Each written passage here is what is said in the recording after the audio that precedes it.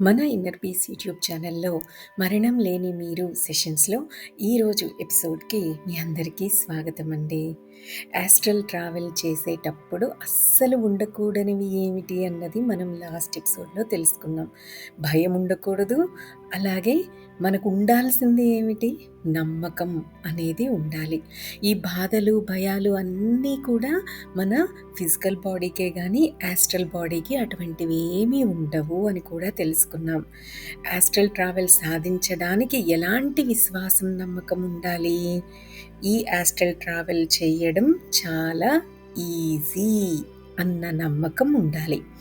అలాగే astral travel ఎలా చేయాలో కొంతవరకు మనం తెలుసుకున్నాం కదా. అంటే పూర్తిగా రిలాక్స్ అయ్యి మన బెడ్ మీద మన ఫిజికల్ బాడీకి ఎటువంటి ఇబ్బంది లేకుండా చక్కగా ఉండేటట్టు జాగ్రత్తలు తీసుకొని నెమ్మదిగా ధ్యాన స్థితిలోకి వెళ్ళి మన యాస్ట్రల్ బాడీని బయటికి తీసుకురావడం. ఆ బయటికి వచ్చిన యాస్ట్రల్ బాడీ మన ఫిజికల్ బాడీని అలా చూస్తూ తరువాత ఆ రూమ్లో గాల్లో అటు ఇటు తేలడం వరకు మనం లాస్ట్ ఎపిసోడ్లో డిస్కస్ చేసుకున్నాం కదా. ఈ యాస్ట్రల్ ట్రావెల్ గురించి మళ్ళీ కొన్ని కొత్త మాటలతో మనం ఈ యాస్ట్రల్ ట్రావెల్ని గుర్తు చేసుకుందాం. మన మంచం మీద వెల్లికిల్లా పడుకొని ఉన్నాం కదా. మన శరీరంలోని అన్ని అవయవాలు పూర్తిగా విశ్రాంతి పొంది సుఖంగా నిద్ర భంగిమను దాల్చి ఉంటాయి, అవునా? ఓ కాలు మీద మరో కాలు పడి తిమ్మిరి ఎక్కకుండా 2 కాళ్ళు విడివిడిగా విశ్రాంతితో ఉంటాయి. శరీరం మొత్తం సుఖంగా ఎక్కడ ఏ వస్తువులు గుచ్చుకోకుండా ఉంటాయి, అవునా? శరీరంలో రక్త ప్రసరణ సులభంగా ఎలాంటి అడ్డంకులు బరువులు లేకుండా దివ్యంగా సాగుతూ ఉంటుంది. ప్రశాంతంగా తృప్తితో మనం పడుకొని ఉంటాం. ఏ విఘ్నాలు ఏర్పడే అవకాశం లేదు, అవునా? సో మనం ఏమాత్రం ఆందోళన చెందడం లేదు. సూక్ష్మ శరీరంతో ఎప్పుడు బయటపడదామా అన్న ఆలోచన తప్ప మనకు మరే ఇతర ఆలోచన ఉండకూడదు ఆ సమయంలో, అవునా? అలా మనం రిలాక్స్ అయిపోయాక ఇంకా ఇంకా బాగా రిలాక్స్ అయిపోవాలి. అప్పుడు మన ఫిజికల్ బాడీని పోలిన మరో దెయ్యం లాంటి ఆకారం ఒకటి మన శరీరంలో నుంచి నెమ్మదిగా బయటకు వస్తున్నట్టు, గాల్లో తేలే పుప్పొడిలాగా మన ఫిజికల్ బాడీ పైన తేలుతున్నట్టు, మెల్లగా కొంచెం కొంచెం పైకి వెళ్తున్నట్టు ఊహించుకోవాలి. కళ్ళు మూసుకునే ఉండి ఈ ప్రయత్నం చేయాలి. కళ్ళు తెరుచుకొని ప్రయత్నిస్తే మొదట 3-4 ప్రయత్నాల్లో మనం అప్రయత్నంగా ఉలిక్కి పడ్డట్టయి మళ్ళీ మన యాస్ట్రల్ బాడీని వేగంగా కిందకి లాగేసుకొని మళ్ళీ మామూలు చోట్లోనే దాన్ని సర్దేసి ఉంచేసే ప్రయత్నాన్ని అప్రయత్నంగా చేయగలమన్నమాట. సో నిద్ర పట్టబోయే ముందు కూడా కొంతమంది ఉన్నట్టుండి ఓసారి చిన్నగా ఉలిక్కి పడ్డట్టు కలిగే అనుభవాన్ని చాలాసార్లు పొందే ఉంటారు కదా. ఈ ప్రకంపనం త్రొట్టుపాటు ప్రత్యేక పద్ధతిలో జరుగుతుంది. పెద్ద ఎత్తున ఈ ప్రకంపనం సంభవిస్తే నిద్రపోవాలి అనుకుంటున్న వ్యక్తి పూర్తి చైతన్యంతో ఎగిరి కూర్చుంటాడు, అవునా? సో బాగా మొరటుగా బయటికి వస్తున్న సూక్ష్మ శరీరం ప్రయత్నం వల్ల శరీరానికి ఈ ఉలికిపాటు, త్రొట్టుపాటు లేక ప్రకంపనం ఉధృతంగా సంభవిస్తూ ఉంటుందన్నమాట. నిద్ర వేళల్లోనే యాస్ట్రల్ బాడీలన్నీ తమ ఫిజికల్ బాడీల నుంచి బయటపడి సుదూర తీరాల్లో విహరిస్తూ ఉంటాయని, ఎలాంటి నమ్మకాలు లేని వాళ్ళు తమ అనుభవాలను కలల కింద ఊహించుకుంటూ ఉంటారని మనం ఇంతకు ముందే చెప్పుకొని ఉన్నాం. ఇక మళ్ళీ ఈ సూక్ష్మ శరీరం యాస్ట్రల్ బాడీ గురించిన చర్చలోకి వచ్చేద్దాం. మన ఫిజికల్ బాడీలో నుంచి నెమ్మదిగా సులభంగా బయటికి వస్తున్న మన ఈ యాస్ట్రల్ బాడీ నెమ్మదిగా పైకి కదులుతూ మన ఫిజికల్ బాడీ పైన సుమారు 6 అంగుళాల ఎత్తులో తేలియాడుతూ ఉంటుందని అనుకోవాలి. ఆ ఎత్తులో మన ఫిజికల్ బాడీకి సమాంతరంగా ప్యారలల్గా ఉండి నెమ్మదిగా అటు ఇటు ఊగుతూ మన యాస్ట్రల్ బాడీని అలా మనం ఊగుతున్నట్టు ఊహించుకోవాలి. ఇలా ఊగడం లాంటి అనుభవాన్ని మనం నిద్ర పట్టబోయే ముందు కొన్నిసార్లు అనుభవించి ఉండవచ్చు బహుశా. డోలాయమానంగా ఉన్న యాస్ట్రల్ బాడీ ఈ అనుభవానికి కారణమనమాట. మనం ఇందాకటి నుంచి చెప్పుకుంటున్నట్టుగా గాల్లో మన పైన వేలాడి అటూ ఇటూ ఊగే మన యాస్ట్రల్ బాడీ 6 అడుగుల కింద ఉన్న మన ఫిజికల్ బాడీతో అనుసంధానం చేస్తున్న ఓ సిల్వర్ కార్డ్ మన ఫిజికల్ అండ్ యాస్ట్రల్ బాడీస్ బొడ్డు భాగంలో ఉండి నిలబెట్టి ఉంచుతూ ఉంటుందన్నమాట. మరీ నిశితంగా మన ఫిజికల్ బాడీని చూడాల్సిన అవసరం లేదు. చూడవద్దు కూడా. ఎందువల్ల అంటే ఏమాత్రం భయపడినా మన ఫిజికల్ బాడీ భయంతో కంపించగానే ఒక్క ఉదుటున మన యాస్ట్రల్ బాడీ మళ్ళీ మన ఫిజికల్ బాడీలోకి దూకేసి దాక్కుంటుంది. మళ్ళీ ఆ రోజు బహుశా ఇక బయటికి రాదు. ఈ ప్రయత్నం అంతా మళ్ళీ ఇంకో రోజు చేయాల్సి ఉంటుంది. జాగ్రత్తగా మసులుకుంటే, బెదిరిపోయి ఉలిక్కి పడకుండా నిర్భయంగా ఉన్నట్టయితే మన యాస్ట్రల్ బాడీ మన ఫిజికల్ బాడీ మీద సుఖంగా తేలియాడుతూ అలాగే నిలబడి ఉంటుంది. కొన్ని క్షణాల వరకు దాన్ని అలాగే తేలుతూ ఉండనిద్దాం. ఏ పని చెయ్యొద్దు. శ్వాసను నెమ్మదిగానే సాగిస్తూ ఉందాం. ఇదే మొట్టమొదటిసారి మనం మన సూక్ష్మ శరీరంతో పూర్తి చైతన్యంతో మన ఫిజికల్ బాడీలో నుంచి బయటికి వచ్చాం కాబట్టి మనం కొంచెం జాగ్రత్తగా ఉండాలన్నమాట. మనం భయపడకుండా ఉంటే, ఉలిక్కి పడకుండా నిర్భయంగా ఉంటే మన యాస్ట్రల్ బాడీ నెమ్మదిగా తేలిపోతూ గాలికి అలా అలా అల్లాడుతున్నట్టు అటు ఇటు ఊగుతూ నెమ్మదిగా మంచం పక్కకు దిగి మన ఫిజికల్ బాడీ కాళ్ళ మీద మెత్తగా నిలబడుతుంది. ఆ తరువాత మన యాస్ట్రల్ బాడీ తాను చూస్తున్న మన ఫిజికల్ బాడీని గురించిన జ్ఞానాన్ని మళ్ళీ వెనక్కి రిలే చేస్తుంది. మన ఫిజికల్ బాడీ సందర్శనం మన యాస్ట్రల్ బాడీకి కొంత ఇబ్బందిగానే ఉంటుంది. గొప్ప అవమానం భరిస్తున్న అనుభూతి సూక్ష్మదేహానికి కలగవచ్చు.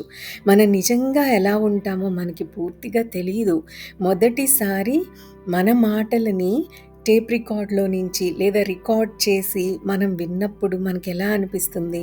టేప్‌లో నుంచి వస్తున్న మాటలు మన గొంతులో నుంచి వచ్చినవి కాదనే అనుమానం మనకి కలుగుతూ ఉండొచ్చు కదా! సో, ఎవరో ఏదో మోసం చేసి ఉండొచ్చని, లేకపోతే ఆ టేప్ రికార్డర్ పాడైపోయిందేమోనని మనకు అనుమానం కలిగి ఉంటుంది కదూ! మొదటిసారి టేప్ మీద తమ స్వంత కంఠస్వరాన్ని విన్న మనిషి తన చెవులని తాను ఎలా నమ్మలేడో, ఆ స్వరం తనది కాదని ఎలా అనిపిస్తుందో, అదే విధంగా ఇక మరి మొదటిసారి మన శరీరాన్ని మనమే స్వయంగా చూసుకుంటే ఎలా ఉంటుందో చూడటానికి మరి వెయిట్ చేయాల్సిందే. సాధన చేయాలి కదా! అప్పుడే ఇది పాసిబుల్. ఆ ఫీలింగ్, ఆ ఎక్స్‌పీరియన్స్ ఎలా ఉంటుంది అన్నది మనం అప్పుడే మనం తెలుసుకోగలం. సో, సూక్ష్మ శరీరంలో మనముంటాం. మన చైతన్యం మొత్తం మన యాస్ట్రల్ బాడీ సూక్ష్మదేహంలోనే ఉంటుంది. మనం సూక్ష్మ శరీరమే యాస్ట్రల్ బాడీయే అన్న జ్ఞానం మనకు స్పష్టంగా ఏర్పడుతుంది. కొంత దూరంలో మన ఫిజికల్ బాడీ అలా పడి ఉంటుంది. నిద్రపోతున్న ఆకారంతో మనకు సర్ప్రైజ్ చేస్తున్నట్లు నిశ్చేష్ట కలగడం ఖాయం. సో, మన ఫిజికల్ బాడీ ఆకారం గానీ, రంగు గానీ మనకస్సలు నచ్చవు. మన మొఖం మీద ముడతలు గానీ, మన శరీర అవతారం గానీ మనకు నచ్చవు. ఇంకొంచెం ముందుకు వెళ్ళి మన మస్తిష్కంలోకి మన చైతన్యాన్ని ప్రసరించి చూస్తే మనలో ఉన్న కుళ్ళు, భయాలు బయటపడి మనమే హడలుకొని, జడుసుకొని పుట్టుకొచ్చిన దడతో మళ్ళీ మన ఫిజికల్ బాడీలోకి దూకేసి అక్కడ దాక్కుందామా అని అనుకుంటాం. ఒకవేళ అలాంటి భయాల్ని, నగ్న సత్యాల్ని మనం ధైర్యంతో ఎదుర్కొని ధీరుడిలాగా నిలబడ్డామని అనుకుందాం. ఇక ఇప్పుడేం చేయాలి అన్న క్వెషన్ ఒస్తుంది కదా! సో, మనం ముందు ఎక్కడికి వెళ్ళాలో నిర్ణయించుకోవాలి. ఏం చేయాలో నిర్ణయించుకోవాలి. ఎవరిని కలవాలో, ఏం చూడాలో నిర్ణయించుకోవాలి. ఒక సులభమైన పద్ధతి గురించి చెప్పాలి అంటే, మరో సిటీలో ఉన్న మనకు బాగా ప్రేమపాత్రుడైన వ్యక్తిని మనం చూడాలని మనం సంకల్పించుకోవాలి. మామూలుగా మనం ఆ వ్యక్తిని చాలా సార్లు కలుస్తూ ఉండాలనమాట. ఆ వ్యక్తి సరిగ్గా ఎక్కడ ఉంటాడో, ఆ విషయం మనకు బాగా తెలిసి ఉండాలి. ఈ యాస్ట్రల్ ట్రావెల్ మనకు కొత్త అనే విషయాన్ని గుర్తుపెట్టుకోవాలి. కొత్త అంటే సంపూర్ణ చైతన్యంతో ఈ సూక్ష్మ శరీరయానాన్ని చెయ్యడం కొత్త అని అర్థం అనమాట. అంటే ఈ స్థూల శరీరంతో మనం ఏ దారిలో వెళ్తామో, ఫిజికల్ బాడీతో ఆ వ్యక్తిని కలవడానికి మనం ఏ దారుల్లో అయితే వెళ్తామో, ఈ యాస్ట్రల్ బాడీతో కూడా అదే దారిని మనం ఫాలో అవుతాం అనమాట. సో, ఫస్ట్ గదిని వదిలిపెట్టి వీధిలోకి వెళ్ళాలి. మన యాస్ట్రల్ బాడీతో అనవసరంగా వర్రీ కాకూడదు. ఎవ్వరికీ మనం కనిపించం. సో, ఎవరి కోసం వెళ్తున్నామో, ఆ చోటికి ఎలా చేరాలో, మామూలుగా వెళ్ళే దారినే స్మరిస్తూ, ఆ వ్యక్తి రూపాన్ని మన కళ్ళ ముందే స్థిరంగా ఉంచుకొని ముందుకు సాగాలి. అత్యంత వేగంతో మనం మన స్నేహితుడు లేక బంధువు ఇంట్లో ఉంటాం. కొంత సాధనతో మనం ఎక్కడికైనా వెళ్ళగలిగే సామర్థ్యాన్ని సంపాదించుకుంటాం. సముద్రాలు, కొండలు ఇవేవి మనకు అడ్డు రాలేవు. ప్రపంచంలోని అన్ని ప్రదేశాలకు, అన్ని నగరాలకు ఎక్కడికైనా సరే సునాయాసంగా క్షణాల్లో వెళ్ళి చేరగలం. కొంతమంది అనుకుంటారు, ఓహో! మీరక్కడికి వెళ్తున్నానని అనుకోండి, తీరా అక్కడి నుంచి మళ్ళీ వెనక్కి రాకపోతే అప్పుడేమవుతుంది అని. దీనికి జవాబేమిటంటే, మనం ఎప్పటికీ దారి తప్పలేము. మనం దారి తప్పడం అనేది అసాధ్యం. మనకు ఏ ప్రమాదం రాదు. ఏ ప్రమాదాన్ని మనం కొని తెచ్చుకోలేము. మన శరీరాన్ని ఎవ్వరూ ఆక్రమించేసుకోలేరు. మనం యాస్ట్రల్ ట్రావెల్‌లో సుదూర తీరాల్లో విహరిస్తున్నప్పుడు దూరంగా ఉన్న మన శరీరం దగ్గరికి ఎవరైనా, ఏ వ్యక్తి అయినా వచ్చినా మన ఫిజికల్ బాడీ యాస్ట్రల్ బాడీకి వెంటనే ఒక సిగ్నల్‌ని పంపుతుంది. ఆ మరుక్షణంలోనే మనోవేగంతో మన యాస్ట్రల్ బాడీ ఫిజికల్ బాడీలోకి వెనక్కి చటుక్కున వచ్చి చేరిపోతుంది. మనకు ఏ ఆపద రాదు. మనకు వచ్చే ఆపద ఒక్క భయం మాత్రమే.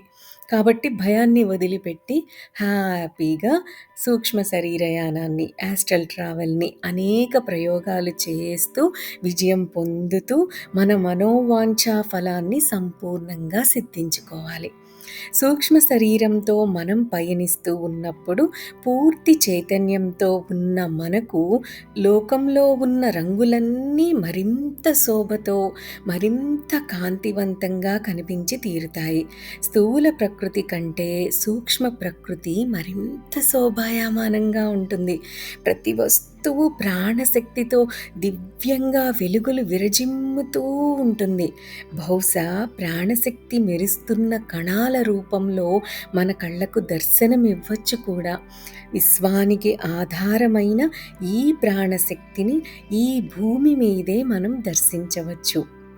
ఈ మార్గంలో మనం వెళ్తూ ధైర్యాన్ని, అనంతమైన శక్తిని కూడా చక్కగా సంపాదించుకోగలుగుతాం. అయితే ఇప్పటి వరకు తెలుసుకున్న జ్ఞానాన్ని మళ్ళీ మళ్ళీ గుర్తు చేసుకుంటూ లేదా మళ్ళీ మళ్ళీ వింటూ ఉంటే మన లోపల మనకు ఈ యాస్ట్రల్ ట్రావెల్ గురించిన భయాలన్నీ కూడా నెమ్మదిగా మనం వదిలించేసుకోగలుగుతాం. వాటన్నిటిని దూరంగా విసిరి పారేయగలుగుతాం. అప్పుడు మనకి ఈ యాస్ట్రల్ ట్రావెల్ అనేది చాలా ఈజీగా ఉంటుంది. సో, మన బాడీలో నుంచి ఫిజికల్ బాడీలో నుంచి యాస్ట్రల్ బాడీ బయటికి వచ్చిన తర్వాత మన ఫిజికల్ బాడీని కాసేపు గమనించాక మనం ఏం చేయాలి? ఎవరిని కలవాలి? ఎక్కడ ఉంటారు వాళ్ళు? మన ఫిజికల్ బాడీతో ఏ దారుల్లో అయితే వెళ్ళి వాళ్ళని కలుస్తూ ఉంటామో అదే దారిని యాస్ట్రల్ బాడీ కూడా ఫాలో అవుతూ వాళ్ళ దగ్గరికి అతి వేగంగా కొన్ని క్షణాల్లో మనం వెళ్ళిపోవచ్చనమాట యాస్ట్రల్ బాడీతో. అలాగే యాస్ట్రల్ బాడీ ఈ చూసే ఈ ప్రపంచం చాలా అద్భుతంగా ఉంటుంది. మరి ఈ విషయాలని గుర్తుపెట్టుకోండి. ఈరోజు ఇక్కడితో ఆపేద్దాం. దీని కంటిన్యూషన్ మళ్ళీ మన నెక్స్ట్ ఎపిసోడ్‌లో డిస్కస్ చేద్దామే. దట్స్ ఆల్ ఫర్ టుడే అండి. Have a great day. Thank you. Thank you. Thank you.